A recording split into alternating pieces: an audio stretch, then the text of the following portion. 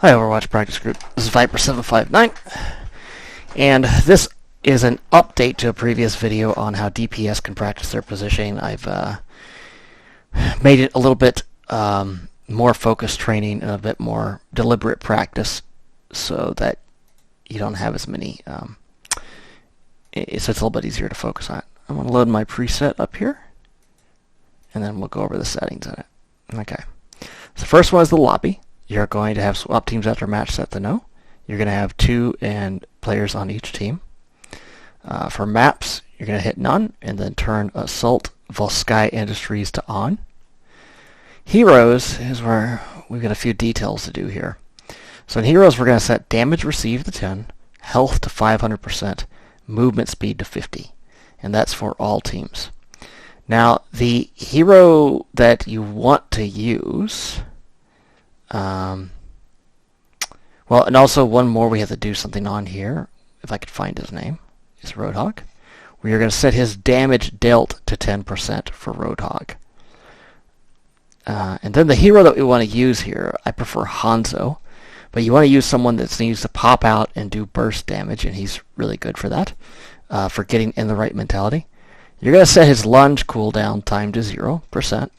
You're going to set his damage received, or it's already at 10%. And yeah, that's actually the only difference you make, is set his lunge to 0%. Oh, yes, and set his movement speed to 99%. The reason it has to be 99 is it overrides the 50% that way, because the game just knows that there is a slight difference that's going to happen. All right, and after that, you want to save your preset by just saying save preset and put your name there and hitting save. So now let's add our bots. On the blue team, which is one you want to be on, you're going to add a Roadhog. Just medium difficulty for team 1. And on the enemy team, you're going to add a Reaper. Medium. And you're going to add one other sort of medium threat AI. I prefer Soldier for this. It's good because he has some hills. Alright, we're going to add him on T2.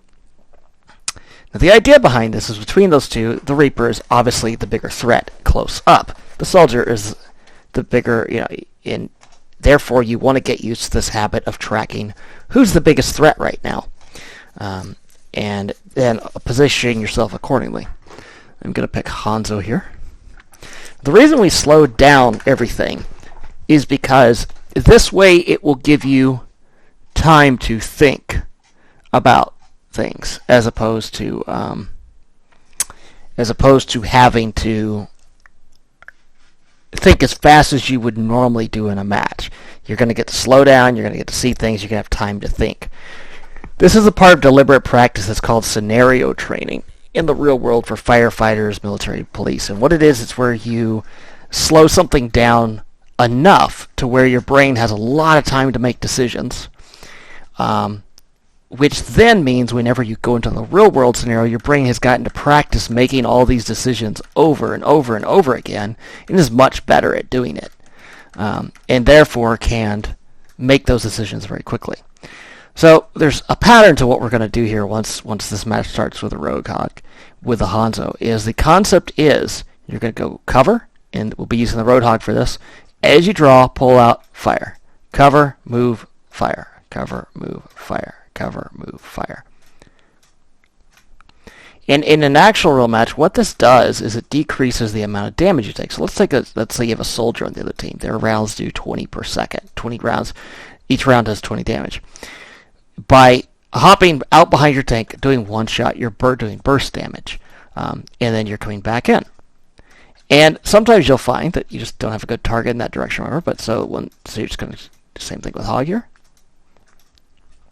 When they get here, there'll be a lot of moving around, and you'll have to position. But you can see I'm trying to time it to where my arrow is drawn back.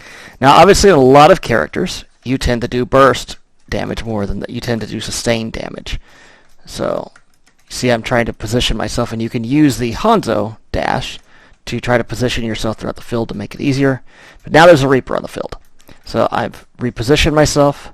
Cover, move, fire. Can I mess it there? Cover, move, fire.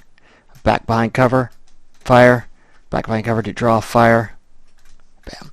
So what would be happening here ideally in a match, and now they've repositioned. Now I can't control where the hog is, right? But I can just try to keep up. And by doing that, using the lunge and just getting in the habit of being in the right spot, what will happen is if you're in a match, you will naturally be in the right position because you'll just think about it. Your friendly Reinhardt is not going to move as aggressively as this hog does. You can see here, the idea here is I'm just going to cover, draw, fire, and I'm not always, as you can see, tracking my targets perfectly, but the positioning is what matters. Part of that is their speed is different, so I'm expecting them to be in a different place. The other part of it is I'm not a great Hanzo, and I'm also recording a video at the same time about this topic. But what is important is I'm tracking where threats are, and I'm positioning myself accordingly.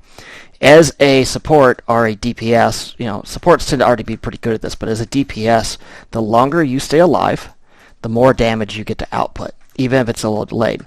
This also teaches you another really useful thing as any kind of DPS, which is shooting through your tank. If I pop out right here, and I know the Reaper is there, I can actually kind of position, I could fire shots through my tank, knowing where the enemy is. And that can allow me to take less damage, even if they aren't necessarily headshots, so I just did it right there. I'm not obviously the best at it, because I normally play support, but it allows me to take less damage. So if, for example, you have a Reinhardt, and he's hammering on someone right in front of you, and you're a Reaper, you pretty much know where the enemy is without actually having to walk to the front line, and you can hit the Reaper from there. See how I'm actually hitting that. I hit them through the shield. I have sounds off for recording this. Sounds make this much easier to do because you can tell where the shots are coming from. And if you can tell where the shots are coming from, you can, generally speaking, as like a soldier or a Reaper, do some burst damage. Now, you can see with my positioning, one of the nice things is Reaper just used ult. Obviously, we have damage turned down. But if there was a Reinhardt right in front of me and I was doing this, Reinhardt can put his shield up. Because I'm positioning myself appropriately. And all I do is I step behind Reinhardt, and we survive the Reaper ult just fine. On the other hand, if I'm in front of him, obviously we don't. So this is a concept. Just practice it. This simplifies it because it really allows your brain to slow down and make good decisions and just kind of get in the habit of always being there without getting confusing. So apologize about not thinking about that when I made this first video on this topic. But yeah, if you guys have any other input on the subject of how we can practice DPS positioning effectively, let me know. But this will basically let you do this solo, and then when we come into a match, everybody just knows how to position themselves as the goal. Well, I hope this was useful to you, and thank you for watching.